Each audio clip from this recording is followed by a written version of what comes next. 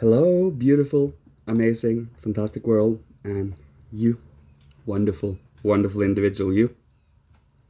Today, I would like to speak about the constant within our own sheaths. When I say sheaths, I mean our bodies, the astral body rooted in our nervous system, our etheric body rooted in our glandular system, the life formative forces, emotions, so on, and our I, or the physical first. The I is the constant. There's a reason why our language say, I think, I feel, I am sad, you get my drift. It's the one thing that continuously one should hold as a tiny bit separate from the rest of the sheaths as to observe and get to know oneself. For when you know yourself, you know what your weaknesses, your strengths, and how you operate with other people are. And then it is about holding values, moral inclinations, having a spine, having inclinations that is of an uplifting nature, but at the same time not letting oneself get stepped on and so on. It is a balance, an equilibrium, that it is always an equilibrium. The equilibrium between hard and soft, the equilibrium between two opposites, and we are in the balance of it. We are the balancer. We are not either or, because that's one-sided, and one-sidedness is the true enemy of real insight. To be able to see things from many angles, many different perspectives, should it be from realism or idealism or rationalism, as examples. Heck, we even have 12 senses. We have the fives we know, but we also have sense of language, sense of movement, sense of balance, sense of heat, and so on. Some of them are both inward and outward, like sense of heat. You can have inner spiritual heat, the warmth that comes from being, well, in harmony with others. And then there is, well, you can find out for yourself, for there is so much that we need to know to even consider and reflect and experience. Most of what I speak about is experiential. It can be experienced here and now if you take your time doing so. That is what anthroposophy, spiritual science, is about. It's about science. The science of the spirit, the science of our inner world, of the esoteric. And by us acknowledging our I think, I feel, I will, and so on, you come to understand that the I is the one that is constant here. And by us either being awake, aware, not hyper-vigilant, but in a relaxed observational consciousness, you come to understand yourself over time.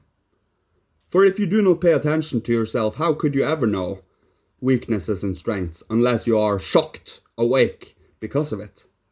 Sometimes one needs to know one's own limitations and strengths, for that is when you know what you burn for, what you are living for, what your meaning in life is. For meaning and the vibrancy that comes through having purpose, which we all need to find individually, because we all have gone through the crucible of life. We come to understand where we belong, just strength-wise. We do cover our weaknesses as best as we can, and it's also about the seeking of approval. The seeking of approval is something you should seek your own approval, but it should be rooted in goodness, the true, the good, and the beautiful. Once you do, you trust yourself to not being an asshole. Just to, sorry the language, I don't normally use that, but you get my drift. It's not like I monetize anyways, but I digress. It seriously is all in how you behave, how I behave, how we behave together.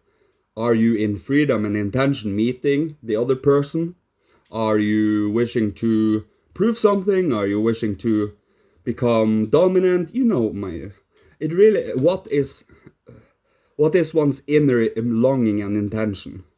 And once you become online and awake to everyone's intention, you begin to see how many words are empty words and how many words are actually backed up by the actions.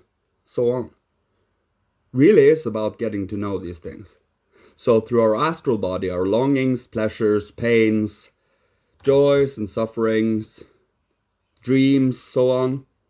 In our etheric, our feelings, emotions, life, the inner vibrancy, and we have a physical body that house all of these, and then you have our ego rooted in our blood circulatory system, which is literally, as blood does, pervading all of the other ones, the nervous system, the glandular system, and the physical body. That is the one that is continuous within all of them. The nervous system normally stays pretty separate from the glandular, and so on. But the blood is within all of them. And that is also how you see the esoteric equivalent is also consistent and continuous within these other three sheaths. Because our ego is the youngest faculty, but also the most sublime. It is given, the I am, the higher ego, is given by the Christ. That is why we can do what we do today.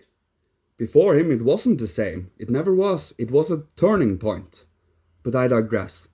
The ego is what ennobles, transforms, and develops our astral, etheric, and physical to become spirit self, life spirit, and spirit man. These are the higher versions of the astral, etheric, and physical. By us using our I, that also is, well, the one rooted in goodness, if you have been cultivating it, because it's not automatic, not at all. It is something you have to ennoble over time, or else it can become egotistical and self-serving to the highest degree. So it's all about in finding the harmony in the world. So it's all in the entheos, as I use instead of enthusiasm, because the word enthusiasm has been diluted to extremes these days. Entheos, God within, that is what the word comes from. When you feel an inspiration, an inclination to enthusiastically speak of something you burn for, that is entheos. And it's no one or nothing that has told you to do so. You get the inkling that you wish to do so. It's freedom. And in outside of our necessities, outside of eating, sleeping, toilet, and all of this, we have ridiculous amounts of freedom. We are not tied to our instincts and hedonism or lack thereof. We are sincerely having insane amounts of freedom in imagination, in morality, in artistry. So it's not about if we have freedom. That is a given. That is experiential. That is not something discussed. That can be or should be debated because it's something you can experience. It's all about where are we free. Everyone has necessity. That we accept. But where is you utilizing your own inner consciousness soul? Let's say you see a flower, you decide to pick that flower and give it to someone. That is the consciousness soul. If you are looking at a flower, turning away, and then imagining your flower within your mind, that is the mind soul. Recollecting the flower, the concept of flower. If you feel good about that flower, or heck, if you feel shitty about that flower, now that's just a silly thought, but stick with me for a second. You are in your sentient soul. You feel something about what you observed. These things are experiential.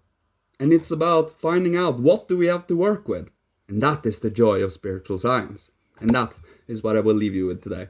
It's been a little while since a lot has happened in life, and it's not something we always can help, but in the end, as long as we come back to the work and do the best we can in life. Because we all are going through this crucible, and we are at the time where the confusion is at most high, and that is when it is required of us to stay strong within our values and within what we have been learning over years through our own inner intention and freedom. So, I love you so much. Thank you so much for listening to me, you wonderful, wonderful human individual you. May Father, Holy Spirit, Christ, Michael, ancient masters of old, ancestors from every incarnation, and the higher divine hierarchy, bless, protect, guide, and love you on your beautiful individual journey, and may you be provided for with all that you need to survive, live, thrive, being creative, inspirational, and healing to the world, so others can choose to follow when the time is right. Thank you so much. Love you. See you. Goodbye.